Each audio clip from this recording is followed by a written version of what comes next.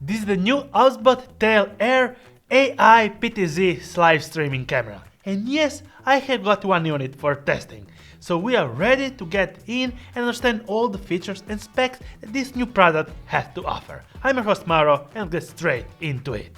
And if you didn't know, back 5 years from now, I have already tested the original OBSBOT Tail, and it was a red edition, slightly bigger with kind of chunkier size. And if you want to check that video, I will be posting it in the first link in the description and also popping right now. I have also tested the OBSBOT Tail Air in an open wide environment, because yes, you can actually use this system anywhere, and just using a smartphone app you can live stream it from whatever you want. It has a built-in 90 minutes battery, so more than enough for a short live stream, or actually connect it to USB-C and get unlimited power. And actually from a power bank you can live stream from wherever you want. Just actually using Starlink, you will be in the middle of a desert. In this interesting design box, you will get the OBSBOT Tail, instruction manual, USB-C to USB-C cable, double USB-C cable so you can actually charge and transfer the files faster, USB-A to USB-C converter, and a great social storing case. Okay, so you will be asked, for who is this system designed for? Well, mostly for live streamers and actually persons that actually stand in front of the camera and like to be tracked in a really smooth way. It records up to 4K 30 frames per second with a big 1x1.8 CMOS sensors, and the pixels are really big. It has a 4x zoom and great f1.8 aperture with an effective field of view of 23mm. You have the control LED bar status on the front with the status charge LEDs under it. On the side there is the micro USB card slot and the micro HDMI output slot. Yes, you can get a clean HDMI output from this device and actually connect to a bigger live streaming setup, or actually use a monitor to actually see yourself in a bigger environment if you want, and actually like to actually use a bigger monitor that's not connected to your smartphone, because yes, you are also leaving a live feed from the smartphone, but you can get a bigger monitor and actually just see yourself with the HDMI output, or actually use a bigger switch with the whole HDMI connections.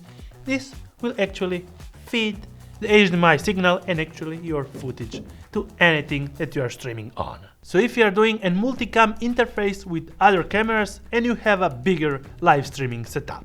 On the back there is also the power button and the USB-C port.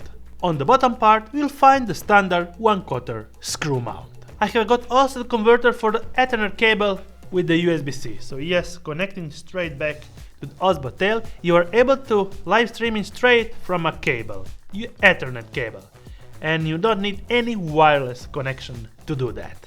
And we are out in my MAURO'S Films testing ground, testing the OBSBOT Tail tracking capability. And yes, I will be trying to get as far as possible to understand how this tracking works, and if you're losing me when actually going through a distant path or actually going through some bushes and some obstacles, to see if it will be picking me up. So yes, and that's also we will be understanding all the other features. So first of all, we are going back and understanding if this system is picking me up, and actually if it's trying to track me even if I'm on longer distance. So yeah, for now I see that it's tracking me even behind this bush. So this is a pretty outstanding AI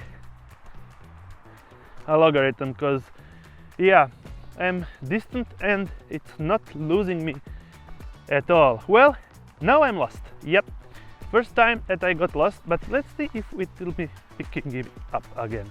Yep, it's picking up pretty solidly well, and well, I was about 50 meters from that, so 40 meters, it's kind of normal. And now we are going straight into the sun, so we should be getting some slight flares from the lens. And yes, this is a 4x zoom lens, and still I am pretty much all the time tracked in a really good manner. Okay, so I'm going back this way, and I will be trying another feature. Let's see if it's working straight out of box. So I will be putting the phone down and trying to do this, and then like this, you are able to zoom in. But I think that I have to be really close, and it's not picking up my gestures, so you will have to be closer. Let's try for that. And I am zoomed in. There you go. We are now at 1-point zoom. Well, pretty amazingly doing the work. And yes, this is just one of the features that this OBSBOT Tail Air have to offer. Let's try to actually get back of my car. Let's see if I will be picked up. So it lost me, and I will be now getting back. Oh yeah, so it's tracking me back pretty fine. And let's try from the other side. It doesn't have a 360 feature, it's kind of about 300 degrees because it's locking there on the pan motor. So that's the furthest that I can go. So we can try again with the bush.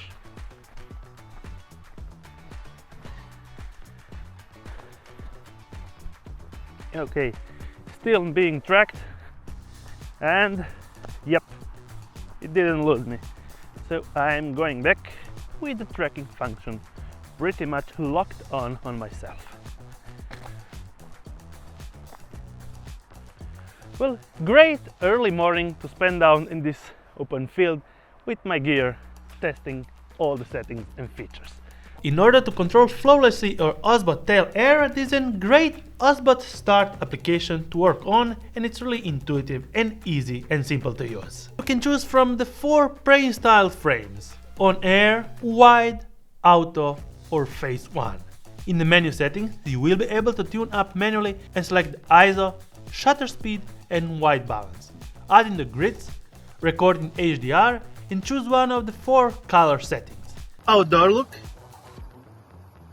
Pasta look, and custom, where you can customize all the settings: brightness, sharpness, contrast, saturation, hue, and all the others. Check your recordings and enter the main menu settings. Gesture control to acknowledge all the controls for the camera.